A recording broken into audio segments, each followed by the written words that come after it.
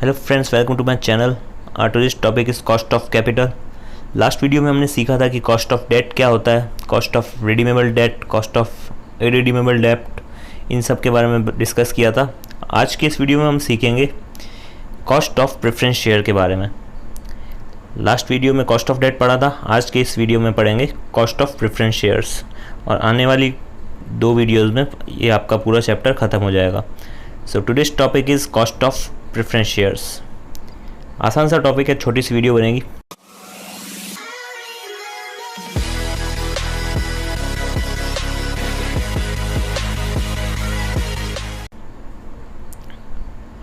Cost of preference share capital, इसका मतलब क्या होता है?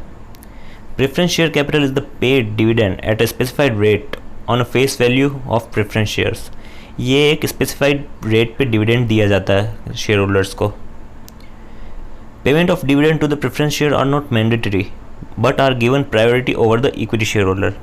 आप सबको ये पता होगा, इक्विटी शेयर्स को पेमेंट करने से पहले प्रेफरेंस शेयर्स का डिविडेंड दिया जाता है, जैसा कि इनका नाम ही होता है प्रेफरेंस डिविडेंड, यानी नॉर्मल डिविडेंड, यानी इक्विटी डिविडेंड से पहले पे करने वाला। तो प्रेफरेंस शेयर्स को जो डिविडेंड दिया जाता है वो एक स्पेसिफाइड रेट होती है, यानी 10%, 20% ऐसे।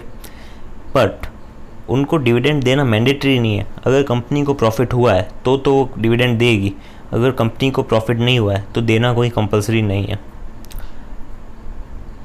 The payment of dividend to the preference share holders are not charged as expenses but treated as appropriation of after tax profit. जैसा कि कॉस्ट ऑफ डेट में हमने पढ़ा था टैक्स बेनिफिट के बारे में, कि कॉस्ट ऑफ डेट यानी इंटरेस्ट जो होता है वो चार्ज ऑफ प्रॉफिट होता है, यानी प्रॉफिट जैसे 100 है और इंटरेस्ट है 40, तो वो लेस हो जाएगा उससे, यानी चार्ज ऑफ प्रॉफिट है। बट प्रेफरेंस शेयर्स के केस में ऐसा नहीं है। प्रेफरेंस शेयर्स को जो डिविडेंड दिया जाता है वो चार्ज ऑफ प्रॉफिट नहीं होता, वो पार्ट ऑफ प्रॉफिट होता है, यानी उसको जो आफ्टर टैक्स प्रॉफिट होता है उसमें से लेस नहीं होता, वो एप्रोप्रिएशन ऑफ प्रॉफिट होता है, यानी उसी का पार्ट होता है। सो इसमें कोई किसी भी तरह का टैक्स बेनिफिट नहीं मिलता है हमको, वो डेट के केस में होता था। So this is different thing. Cost of preference share capital, cost of preference share capital 2 तरह की होती है, सेम, रिडीमेबल एंड इरिडीमेबल, जैसा कि डेट में भी था। Cost of redeemable preference shares के बारे में हम सीखते हैं।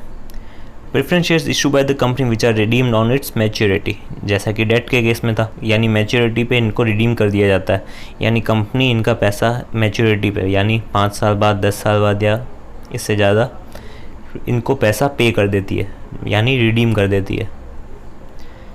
Cost of redeemable preference shares is similar to the cost of redeemable debentures, जैसा कि मैंने कहा, with the exception that the dividends paid to the preference share holders are not tax deductible. यानी जो प्रेफरेंस शेयर्स को dividend दिया जाता है उससे आप प्रॉफिट में से उसको लेस नहीं कर सकते, क्योंकि वो as a appropriation of profit होता है। तो इसी के कारण इसमें किसी भी तरह का टैक्स बेनिफिट नहीं मिलता। एंड जो डिविडेंड हम पे करते हैं प्रेफरेंस शेयर होल्डर्स को, वो कंपनी के लिए एप्रोप्रिएशन ऑफ प्रॉफिट है, यानी कंपनी का प्रॉफिट है वो, तो उस पर जो भी टैक्स होता है वो कंपनी पे कर देती है। तो हम प्रेफरेंस शेयर्स को जितना भी डिविडेंड देते हैं, जो प्रेफरेंस शेयर होल्डर हैं उनको टैक्स पे करने की कोई ज़रूरत नहीं होती, क्योंकि टैक्स उस पर चार्ज हो चुका होता है एक बार, कंपनी उस प्रॉफिट पे पैसा दे चुकी होती है आईटी डिपार्टमेंट को। तो इसीलिए कहा गया है cost of redeemable preference shares is similar to the cost of redeemable debentures. But exception क्या है?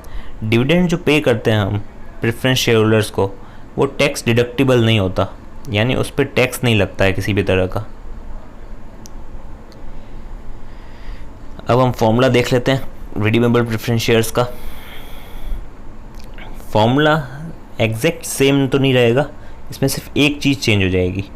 वहाँ पे इंटरेस्ट आता था, यानी इंटरेस्ट हम पे करते थे इसलिए इंटरेस्ट था, यहाँ आएगा प्रेफरेंस डिविडेंड, यानी कितना डिविडेंड हम पे कर रहे हैं, प्लस रिडीमेबल वैल्यू जितना हम रीपे करेंगे फ्यूचर में, एंड नेट प्रोसीड्स जितना हमें मिला है, divided by remaining life of preference shares.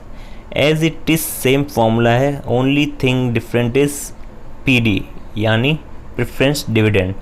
वहाँ हम पे कर रहे थे इंटरेस्ट, तो इंटरेस्ट आ गया। यहाँ हम पे कर रहे हैं डिविडेंड, तो डिविडेंड आ गया।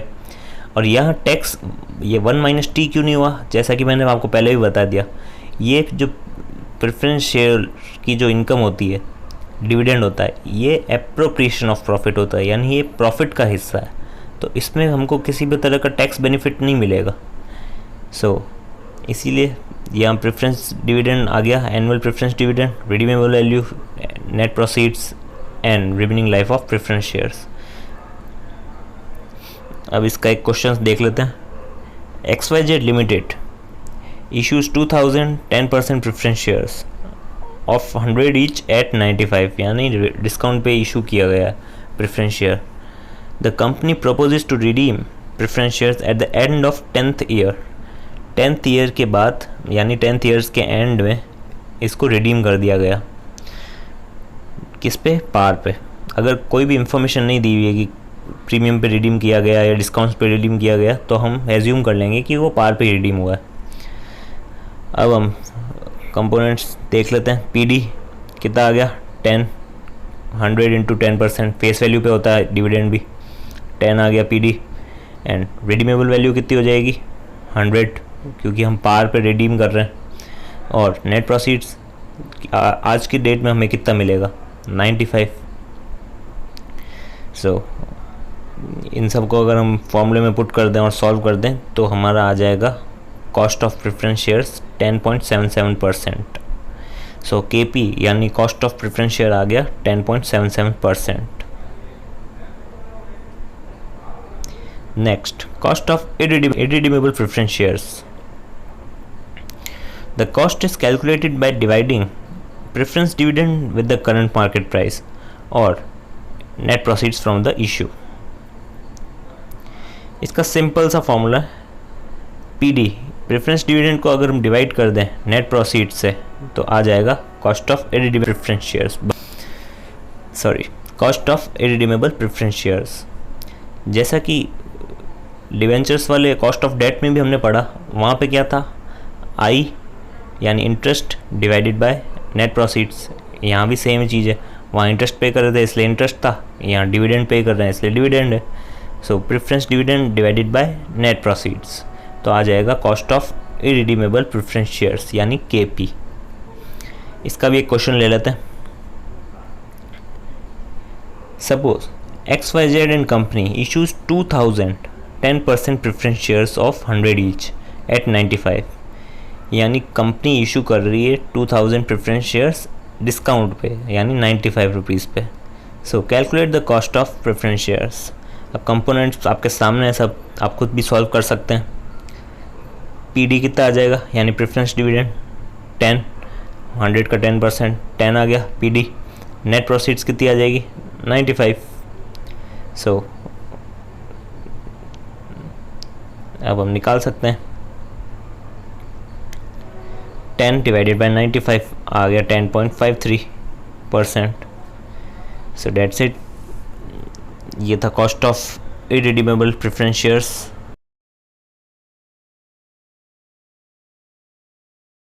एक और एग्जांपल कर लेते हैं। If R energy is issuing preferred stock at 100 per share, issue कर रहा है are energy preference stock 100 per share का, विद स्टेटेड डिविडेंड ऑफ 12, यानी 12 स्टेटेड डिविडेंड है, यानी कुछ चेंज नहीं होता, हर साल स्टेटेड डिविडेंड मिलता है इसको। And flotation cost, this is the important concept, flotation cost. Flotation cost क्या होता है? जो कंपनी बियर करती है, जब भी कंपनी सिक्योरिटी कोई भी इशू करती है तो उसके जितने भी एक्सपेंसेस होते हैं इशू करने से रिलेटेड, वो पहले ही कर देती है। तो इससे क्या होगा? इससे हमारा नेट प्रोसीड्स पे फ़र्क पड़ेगा। फ्लोटेशन कॉस्ट हमेशा नेट प्रोसीड से लेस हो जाएगी, क्योंकि अगर हमें फॉर एग्जांपल 100 रुपये मिल रहा है, यानी कंपनी ने इशू किया 100 रुपये का स्टॉक यानी प्रेफरेंस शेयर्स, तो उसमें से 3% तो फ्लोटिंग कॉस्ट लग गई, फ्लोटेशन कॉस्ट। तो हमें नेट कितना मिला हाथ में, हमारी जेब में कितना आया? वो आया 97 रुपीज़ पर share. This is the concept of flotation cost. अब हम निकालते हैं कॉस्ट ऑफ प्रेफरेंस शेयर्स। कैसे निकलेगी? PD निकाल दीजिए सबसे पहले तो 12, जो कि दे रखा है stated dividend, divided by NP कितना आ जाएगा 100 माइनस 3% फ्लोटेशन कॉस्ट, नेट कितना आ गया 97। सो 12 डिवाइडेड बाय 97, आंसर आ गया कॉस्ट ऑफ प्रेफरेंस शेयर्स का 12.37%। So this is the concept of cost of preference shares. Next video में हम सीखेंगे cost of equity and cost of retained earnings. So अगर आपको ये वीडियो अच्छी लगी तो आप चैनल को सब्सक्राइब करें, अपने फ्रेंड्स में वीडियो को शेयर करें, लाइक करें। That's it. नेक्स्ट वीडियो में हम पढ़ेंगे cost of equity and retained earnings.